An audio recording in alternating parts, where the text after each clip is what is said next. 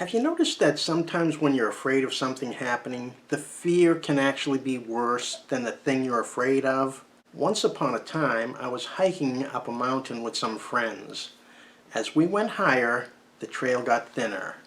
In some places, we were one small slip from plunging 100 feet over a cliff to a rocky bottom. Then there was a spot where the trail had been washed out. A jump of about 4 feet was required to move forward.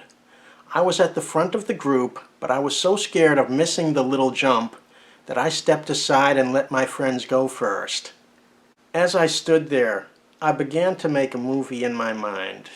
I could see myself slipping and ending up dead at the bottom of the cliff. I was in good shape and there was no reason to think I would have any trouble with that little jump.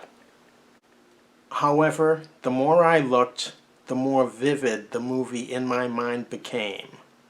Seeing my friends make the little jump should have given me some confidence in my ability to make the jump. Instead, I was totally focused on the horrible consequences if I missed. Eventually, I was the only person who hadn't made the jump.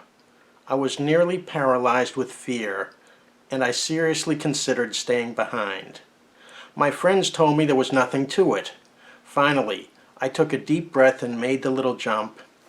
It was no big deal. When you fixate on a problem, it can seem bigger and more difficult than it actually is. Being careful is good, but focusing completely on a problem can make us reluctant to move forward. Now, there would have been serious consequences if I had missed that little jump. At best, I would have been very seriously injured. On the other hand, I was perfectly able to make that jump. There was no reason whatsoever to think I would not make it. For some people, the consequences of getting coronavirus could be very serious. The elderly and people with serious conditions could get sick to the point where they need to be hospitalized. If you're old or have serious health conditions, it's very important to avoid becoming infected. It's estimated that between 1 and 2% of the people who get the virus may die.